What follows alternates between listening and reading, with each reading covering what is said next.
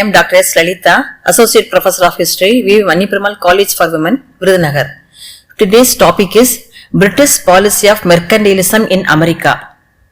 This is the picture shows the mercantile policy of the British. First we must know what is mercantilism. Mercantilism is a nationalist policy that is designed to promote the exports and minimize the import of an economy. British policy of mercantilism was the major cause responsible for the American War of Independence.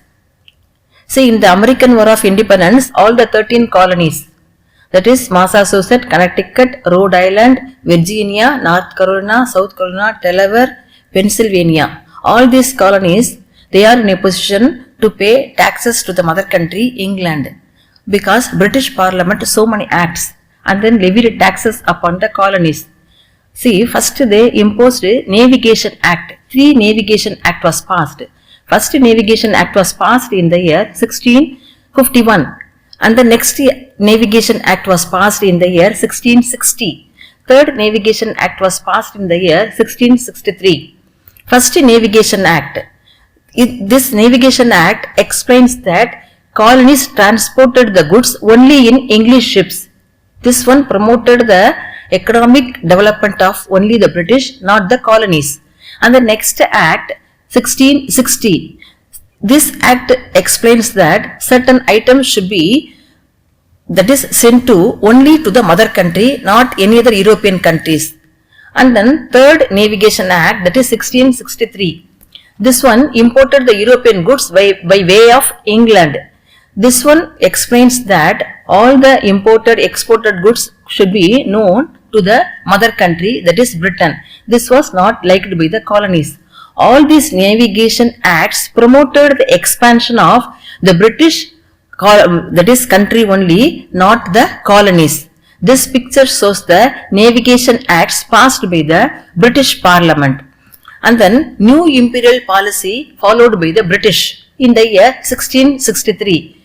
Because at the time of 7 Years' War, see, Britain spent a lot of money. So, in order to incur the debt during the time of war, it was in need of money. So, it wanted to improve the revenue of the country. So, it implied that new taxes upon the colonies. And then, at the time of war, the colonies expanded their assistance not to the British but only to the French. This was not liked by the British. And then, British also needed more revenue in order to clear the debt. That one was brought at the time of war. And then finally stationing of British forces in the colonies. For the expenses of the British forces were sent by the colonies. This was not liked by the colonies because most of the income that is generated by the colonies was spent only to the British forces. So at the same time, the British also passed another act that is known as Sugar Act in the year 1764. This Sugar Act reduced the duties on sugar but levied duties on some other goods like indigo, wine, silk and coffee. See, this was not liked by the colony people, so they raised opposition. But anyhow, the British Parliament passed another act that is known as Stamp Act. That one was passed in the year 1765.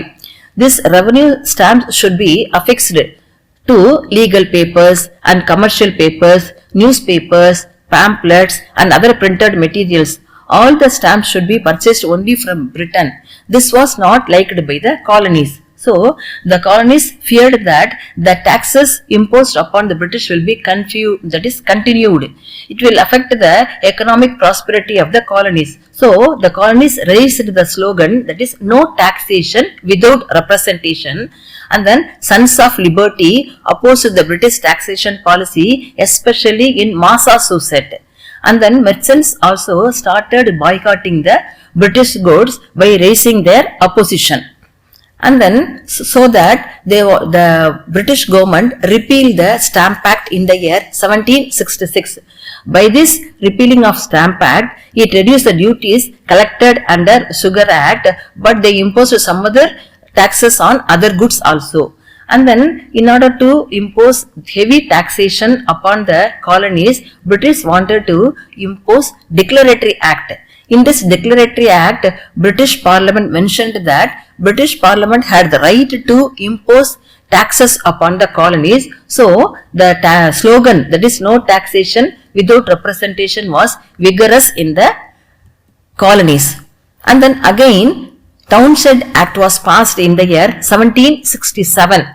Charles Townshend, the minister of George III, decided to levy indirect taxes. So far they have levied taxes upon so many goods, but now Charles Townshend levied taxes, that is, imposed duties on paper, glass, lead and tea.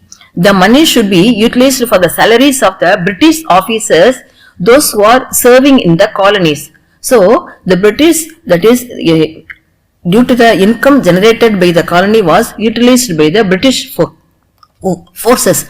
Again, the colonies raised opposition by boycotting the British goods. And then what was the result of this mercantile policy means? See, that was an important incident took place in America, that is known as Boston Massacre.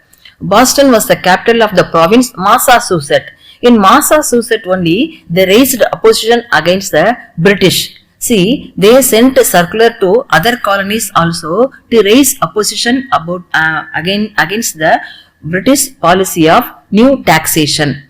And then they sent the circular to other colonies, and then in order to raise the revolt.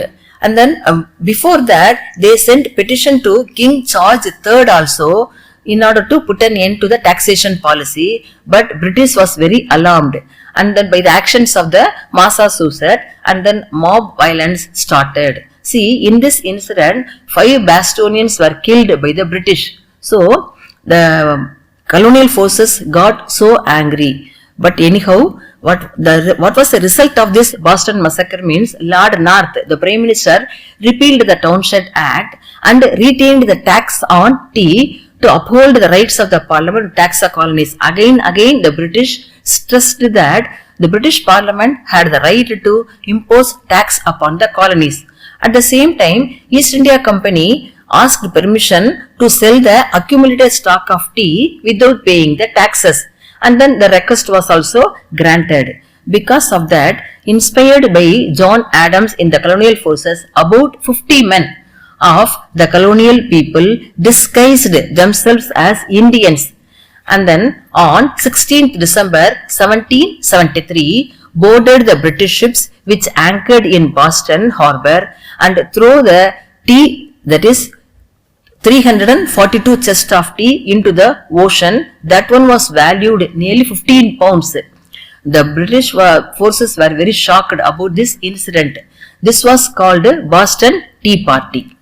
And then what was the result of this Boston Tea Party? That is, in the year 1774, Parliament passed Intolerable Act. From the name itself, we can identify that that act was not in a tolerable position. The port of Boston was closed, and no one has the right to utilize the port, that is Boston. And then accused were sent to England for trial. The colonies people stayed only in America, but the trial was conducted in Britain. And the next, private buildings were used for housing British troops.